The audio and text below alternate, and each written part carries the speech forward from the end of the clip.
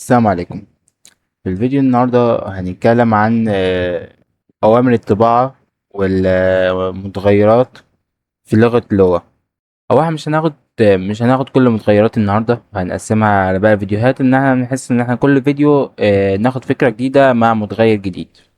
تيجي دلوقتي أمر الطباعة، إزاي بنعمل طباعة في لغة اللغة. هي تقريبا شبه لغة بايثون. ده لو انت يعني مش أول مرة تتعلم برمجة وكده، فهي شبه لغة بايثون. لكن لو انت اول مره، فاحنا لما بنيجي نعمل طباعه، لو جينا عملنا مثلا برنت، امر الطباعه عندنا بيبقى من كلمه برنت وبين قوسين، واكتب اللي انا عاوز اعمل له طباعه واللي انا عاوز اظهره على الشاشه. دلوقتي في ان انا ممكن اكتب برنت واكتب الاسم كده على طول، وفي ان انا ممكن اكتب برنت وبين علامتين اكتب مع. ايه الفرق بين دي ودي؟ لو جينا عملنا رن، هنلاقي ان الاولى بيقول لك نل، قال لك في الاولى نل، والتانية طبعها لك محمود عادي. فانت يعني ليه عمل كده؟ ان انت اي اسم هتكتبه، اي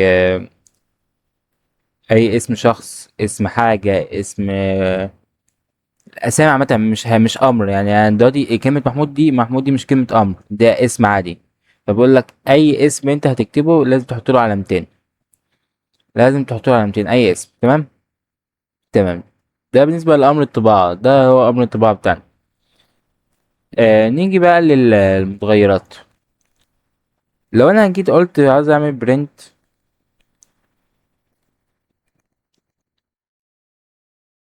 مثلا محمود،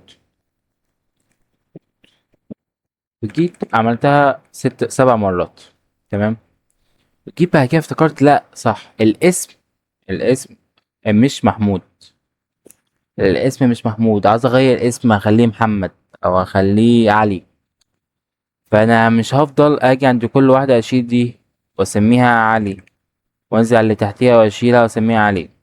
مش هتبقى لطيفة. تمام.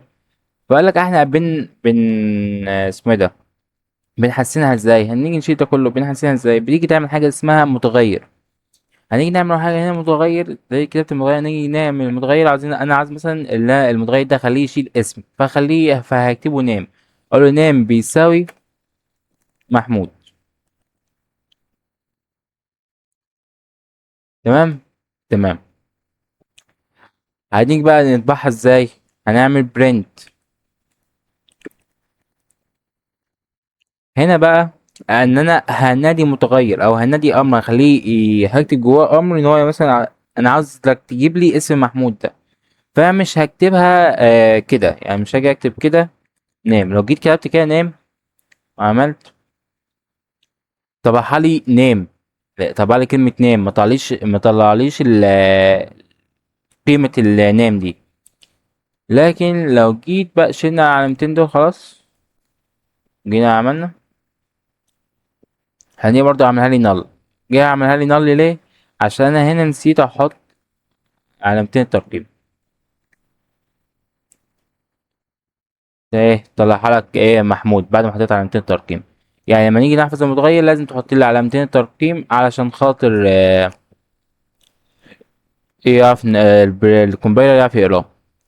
بس نيجي هنا بقى عادي ان بقى نعملها 9 مرات. هيطبع لي 9 مرات.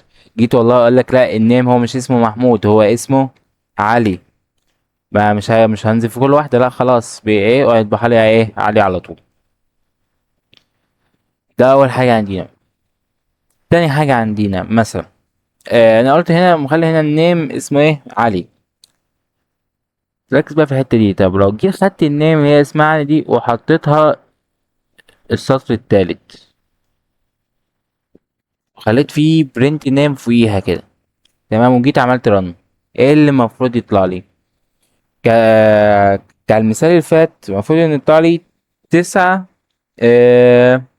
9 اسماعيلي. لكن لو جيت دلوقتي عملت رن، هتظهر لك اول واحدة نل، بعد كده الباقي علي علي علي علي علي. طب ليه ظهر لي اول واحدة نل؟ ان في لغة ال- الكومبايلر في لغة اللغة بيقرا الكود من فوق لتحت، بيقراها كده من اول سطر لغايه اخر سطر.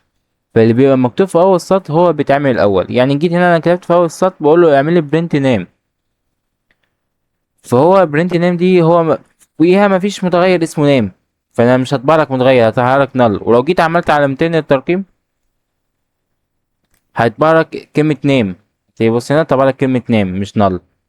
ليه؟ ان انت دي اول سطر اتكتب، بعد كده قرا دي، فدي طبق عليها بقى ايه، طبق عليها في الباقي اللي تحت. تمام. تمام. نيجي اللي بعد كده. لو عاوز اطبق ارقام، عاوز اطبق ارقام، انت قلت لو بنيجي نطبع اسم، فبنيجي نكتب برنت وعلامتين ترقيم. بيقول لك لا، في الارقام لا، في الارقام احنا هنكتب الارقام على طول. لو جيت كده كتبت الارقام على طول هتلاقيه ايه، طلع لك الارقام على طول. الارقام ما بتجيش معاها علامتين ترقيم ولا اي حاجه من دول. تمام. دي كلها تعتبر شروط من شروط الطباعه. تراجع نفسك ان انت تكتب الحاجات بالترتيب. ترتيب سطور الاكواد بيفرق في الطباعه. تمام. طب من شروط ان انا دلوقتي عملت متغير سميته محمود، قصدي سميته نام وجبت له قيمه جواه محمود. فبيقول لك شروط المتغير دي، بيقول لك ان هي تبقى بالانجليزي، تبقى بالانجليزي. تمام. يبقى ما ينفعش مثلا تبدأه برقم. لو عملتها له برقم هتطلع لك ايرور هنا. فما ينفعش اسم المتغير يطلع برقم او يبدأ برقم، ولا سلاش، ولا انك تحط لي سلاش هيطلع لك نل، ولا انك تحط لي ايه، سلاش. وبرضه من الشروط ان انت مثلا انا دلوقتي اسمه محمود، فانا خليت محمود عشان ده اسم فانا خليته نام. يعني ده يعتبر زي اسمي مثلا فخليته نام. لكن مثلا لو عندي عمر فالاحسن ان انت تسمي المتغير بقريب من القيمه اللي انت هتحطها له. مثلا هنا حطيت له 20، فال20 دي مش هحطها في النام، هحطها في الايج، عشان يعرف لما يجي يطبع يعرف ان دي عباره عن ايج، ده العمر. مثلا اسم واحد صاحبي فانا عايز اميزه او عايز اعرفه، بدل ما اكتبها في النيم فاقول له لا ماي فريند نيم، اكتب له ماي فريند نيم واكتب اسم صاحبي. جينا هنا مثلا خليناها كابيتال، جينا عملنا رن هتجيب نل. طبعا لازم اللي هنا تبقى زي اللي هنا، لكن لو جينا هنا شلنا دي وخليناها ان كابيتال وعملنا رن هيطبع لك الاسم عادي. فلازم الكلمة اللي تكتبها فوق هي الكلمة تكتبها تحت. تمام. تمام. طب لو جيت انت بقى نسيت او بتاع، فجيت عملت نيم تاني، نيم تاني بنفس الطريقة وقلت بتساوي علي، وقلت بتساوي علي، بنظرك كده او بتفكيرك كده السطر التاني كده كده هيطلع لي ايه، 20. تمام. ده مش مختلفين. لكن هنا عند برنت نيم هيطلع لي انهي، عند برنت نيم. لو جينا عملنا رن كده هنبص عند برنت نيم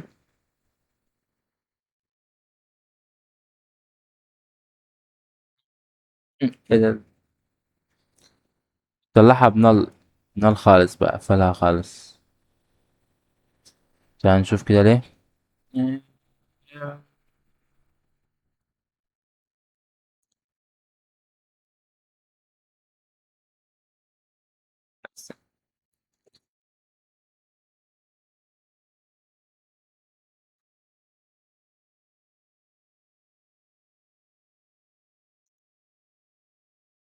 كده من الشروط معلش أصل اتلخبطت باللغات التانية.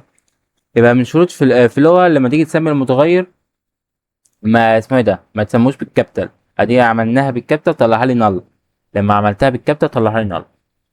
لازم سمول، لازم المتغير لما يجي يطلع لما تيجي تكتب المتغير تكتبه بسمول مش كابيتال. هنا جينا هنا طلع لك علي، البرنت بتاعت اتنين طلعها لك علي ليه؟ قلنا ان اللغة بتقرا من فوق لتحت، فهي جت قرت اول حاجة محمود، قالت تمام انا هطبعها محمود. لكن بعد كده نزلت تحت لقيت فيه نفس الاسم المتغير بس بقيمة جديدة، فهي معتمدة القيمة الجديدة وملهاش دعوة بالقيمة القديمة، وعملت برنت للإيه، للقيمة التانية. بس وكده كان ده كان فيديو النهاردة، بس كان إيه شوية أوامر بسيطة وشوية قواعد بسيطة في لغة لغة. إن شاء الله نكمل في باقي السلسلة. وإلى اللقاء.